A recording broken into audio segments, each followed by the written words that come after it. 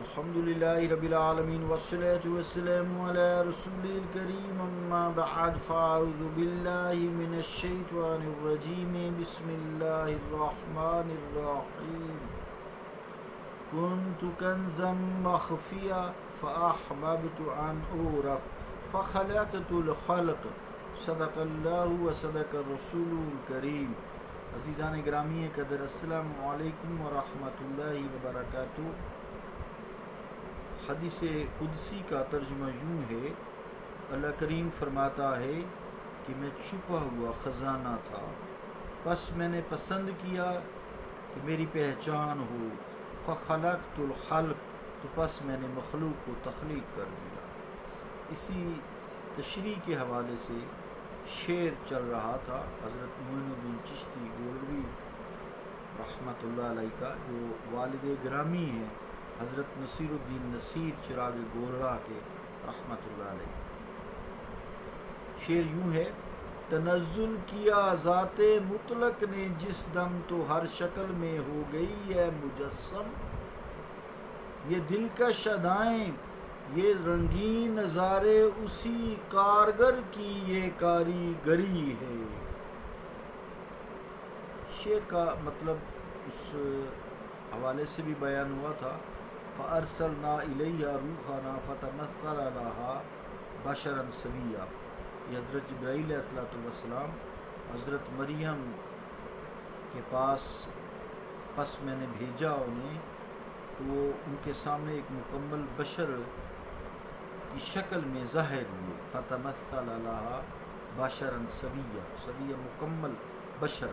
تو معلوم یہ ہوا کہ حضرت جبرائیل نور ہیں، تو نور مکمل بشر میں بدل گیا، پھر بشر میں بدل گیا، واپس چلا گیا. لیکن نور نے اپنی حیثیت، اپنی فوقیت، اپنی ماہیت نہیں کھوئی. نور پر قائم رہا، لیکن ظاہر ہوا بشر کی شکل. ایسے لگتا تھا جیسے یہ مٹی کے بنے ہوئے ہیں، لیکن مٹی کے نہیں تھے، نور کے ہی تھے. اس بات سے نتیجہ یہ نکلا کہ اللہ تعالیٰ نے جو اپنی پہچان کرائی ہے، ساری کائنات کو تخلیق کیا ہے، اس میں اللہ تعالیٰ نے اپنی صفات کا ظہور کیا ہے، ظاہر کیا اپنی صفات کو. لیکن اللہ تعالیٰ کی صفات اپنی جگہ پر قائم دائم رہی ہیں. اللہ نور السماوات والارض، اللہ زمین و آسمان کا نور ہے. تو اس نور نے روشنائی تو کی، اس نور نے روشنی تو کر دی، اظہار تو کر دیا، لیکن نور اپنی حیثیت پر برقرار رہا. اسی طرح شعراء نے بھی یہاں یہی بات کی ہے کہ جس دم تو ہر شکل میں ہو گئی ہے مجسم. تنزل کیا ذات مطلق نے جس دم تو ہر شکل میں ہو گئی ہے مجسم. تو مجسم سے مراد یہ ہے اظہار ہے، نہ کہ اس میں صلاحیت کی ہے اللہ تعالیٰ کی ذات و صفات کسی بھی کائنات کی چیز میں.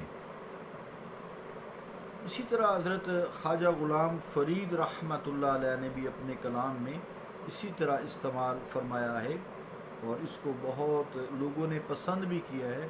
ٹی وی وغیرہ پر بھی پٹھان خان نے اس کو بڑی اچھی طرح ادا بھی فرمایا ہے. وہ الفاظ یوں ہیں: مینڈا جسم وی توں، مینڈا روح وی توں، مینڈا قلب وی توں، جند جان وی توں. اس سے مراد یہی ہے کہ تمثل فرمانا، ذات مطلق اپنی حیثیت پر قائم رہتے ہوئے صفات اپنی اظہار کر گئی مخلوق میں، خاص طور سے انسان میں. مگر اس سے ان کی مراد بھی وہی ہے جو مجسم کے لفظ سے ہے، یعنی متشکل کے معنوں میں، ورنہ تو ذات جسم میں مجسم نہیں ہو سکتی. اللہ تعالیٰ جسم سے پاک ہے، مبرہ ہے، منزہ ہے، ہر عیب سے پاک ہے، وحدہ لا شریک ہے. تو جتنے بھی مناظر فطرت ہمیں نظر آتے ہیں اور نگار تعین ہیں، یہ تعینات ہیں، سب یہ دلکش ادائیں ہیں، یہ چال ہے، ڈھال ہے، لمح لوجہ ہے، لب و لہجہ ہے، اور ہر موجود کے سینے میں ایک دھڑکتا ہوا دل ہے. یہ سب اسی رب العالمین کی کاریگری ہے، اسی کا ظہور ہے. بقول شیخ سعدی رحمۃ اللہ علیہ فرماتے ہیں: برگے درختان سبز و نظر ہوشیار. واضح ہے نا. برگے درختان سبز و در نظر ہوشیار. اب صحیح پڑھا ہے, غلط ہو گیا تھا تھوڑا سا, پھر دوبارہ سماعت فرمائیں. شعر بڑا مزدار ہے. برگے درختان سبز و برگے درختان سبز در نظر ہوشیار. برگے درختان سبز در نظر ہوشیار. ہر ورق دفتریست معرفت کردگار. ہر ورق دفتریست معرفت کردگار. مراد کیا ہے کہ ہوشیار اور باخبر انسان کی نظر میں سبز درختوں کا ہر پتا ذات باری تعالیٰ کی معرفت کی ایک کھلی کتاب ہے. ہر ورق ہے, ہر ورق ہے, دفتر مطلب کتاب. تو برگے درختان سبز در نظر ہوشیار, یعنی جو ہوشیار نظر ہوتی ہے نا, وہ درخت کے ہر سبز پتے پر اپنی صحیح نظر ڈالتی ہے, اور خالق کی تخلیق پر نظر ہوتی ہے, خالق پر نظر ہوتی ہے, پتے میں کس نے اس کو بنایا ہے.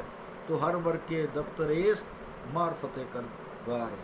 تو ہر جتنی بھی کوئی کتاب ہے کائنات میں, کوئی بھی موجود چیز ہے, وہ ایک اللہ تعالیٰ کی صفات کی, اس کی ذات کی کھلی ہوئی کتاب ہے. یعنی جن لوگوں کے پاس بصارت سے زیادہ دولت بصیرت ہوتی ہے نا, نظر ہوشیار سے کہتے ہیں فارسی میں نا, تو بصیرت کی نظر ہوتی ہے, وہ چشم دل سے جمال قدرت کا مطالعہ کرتے ہیں. اور جن کے پاس نہیں ہوتی, اللہ تعالیٰ کہتا ہے فَطُبِعَ عَلَىٰ قُلُوبِهِمْ صُمٌّ بُكْمٌ عُمْيٌ فَهُمْ لَا يَرْجِعُونَ صُمٌّ بُكْمٌ عُمْيٌ فَهُمْ لَا يَعْقِلُونَ. اتنی چیزیں ہونے کے باوجود لا یعقل ہے, عقل نہیں ہے. تو ہوشیار نظر بڑی ضرور ہے تاکہ اللہ تعالیٰ کی صفات کی, ذات کی پہچان کر سکے. تو چشم دل جو ہے ان لوگوں کی جمال قدرت کا مطالعہ کرتے رہتے ہیں, اور پتے پتے میں اس کو دیکھ لیتے ہیں, اور پتا پتا اس کا پتہ بتاتا ہے. ایسے لوگ اس شعر کا مصداق بھی ہوتے ہیں کہ اس طرف اس طرف نظر ڈالی, ہم نے ساری عمر یوں ہی ختم کر ڈالی. پتے پتے میں اس کو دیکھ لیا, ڈالی ڈالی پر یوں نظر ڈالی. یہ نخناروی مرحوم رحمۃ اللہ علیہ کا یہ شعر ہے. عزیزان گرامی قدر, اور جو آنکھ کے بینا مگر دل کے اندھے ہوتے ہیں, دیکھ تو رہے ہوتے ہیں لیکن دل کے اندھے ہیں, وہ چہرہ مصطفیٰ علیہ الصلوۃ والسلام دیکھ کر بھی کچھ نہیں پہچان سکتے. شک و شبہات, وہم و گمان کا شکار رہتے ہیں, وسوسات کے اندھیروں کے سمندر میں ڈوبے رہتے ہیں. خدا کرے کہ کسی کی گھٹی میں ابو لہب کی صفات نہ ہو, ایسی ابو جہل کی صفات نہ ہو, بلکہ ہر شخص کو چاہیے نگاہ صدیقیت کی طرف رجحان رکھے, نگاہ فاروقیت کی نظر رکھے, نگاہ علی کرم اللہ وجہ شیر خدا کی طرف دھیان دے, حضرت عثمان غنی رضی اللہ تعالیٰ کی طرف دھیان تو ان کی نگاہ پائے, بلکہ تمام صحابہ کی نگاہ پائے, کچھ خیرات عطا ہو جائے جلیل القدر صحابہ جو ہے ان سے. اسی حوالے سے امجد حیدرآبادی رحمۃ اللہ علیہ بھی فرما گئے ہیں, ہر سنگ ہے طور چشم بینا کے لیے, زنگی بھی ہے حور چشم بینا کے لیے, آما کے لیے نور میں بھی ظلمت ہے, ظلمت میں ہے نور چشم بینا کے لیے.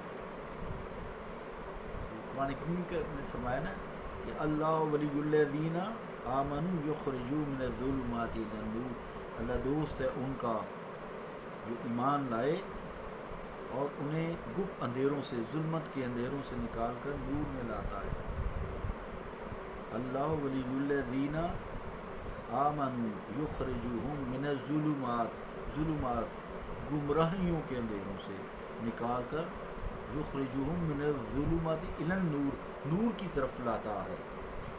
تو عزیزان گرامی کے در امجد حیدرآبادی کا بھی اسی آیت کے حوالے سے ربائی کا یہی مفہوم ہے کہ ایک عظیم حقیقت کو, اس کی عظمت کو اجاگر کیا ہے. مطلب یہ کہ جس کے دل کی آنکھ روشن ہو, دل کی آنکھ باطن روشن ہو, اس کے لیے ہر سانگ سنگ طور ہے، اور جس کی نگاہ بصیرت حقیقت و معنی حسن سے آگاہ ہے، اس کے لیے جو زنگی ہے، سیاہ فام بھی ہے، وہ حور سے کم نہیں ہے۔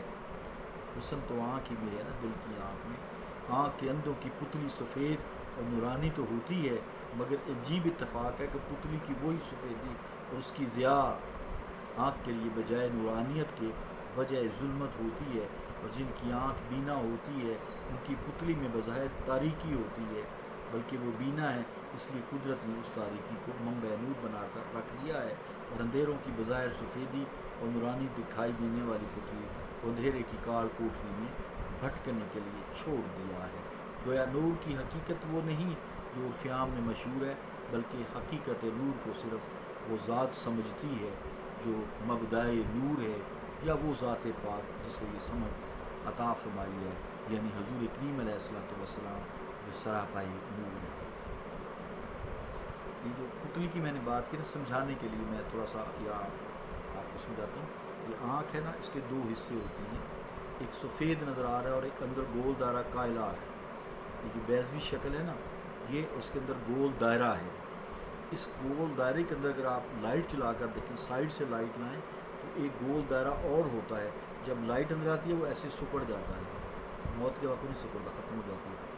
یہی اصل چیز یہی ہے، یہ دماغ تک پتہ دیتی ہے ڈاکٹروں کو موت زندگی کا۔ وہ چھوٹا سا جو اندر دائرہ ہے یہ پتلی ہوتی ہے، جب موتیا ہوتا ہے نا تو یہ سفید ہو جاتی ہے، یا چوٹ سے بھی سفید ہو جاتی ہے فرنٹ سے، پھر انسان اندھا ہو جاتا ہے، نظر نہیں اس کو آتا۔ لیکن جب انسان کی آنکھ بینا ہوتی ہے، نظر آتا ہے، تو وہ پتلی میں اس سے بہت نظر آتا ہے۔ جو یہ گدلا ہوتا جاتا ہے شیشہ موتیا جسے کہتے ہیں، تو نظر آنا کم ہو جاتا ہے۔ ہر ایک بوڑھے آدمی میری کی طرح یہ ساتھ ہوتا ہے۔ اللہ تعالیٰ فضل فرمائے، کرم فرمائے۔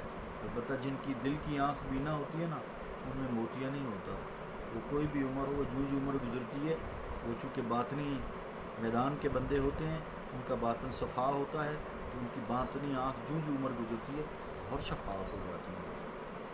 لیکن یہ آنکھ کی پتلی جو ہے یہ موتیا ہو جاتا ہے، نظر آنا کم ہو جاتا ہے۔ اس لیے مجھے بھی عینک لگی ہوئی ہے۔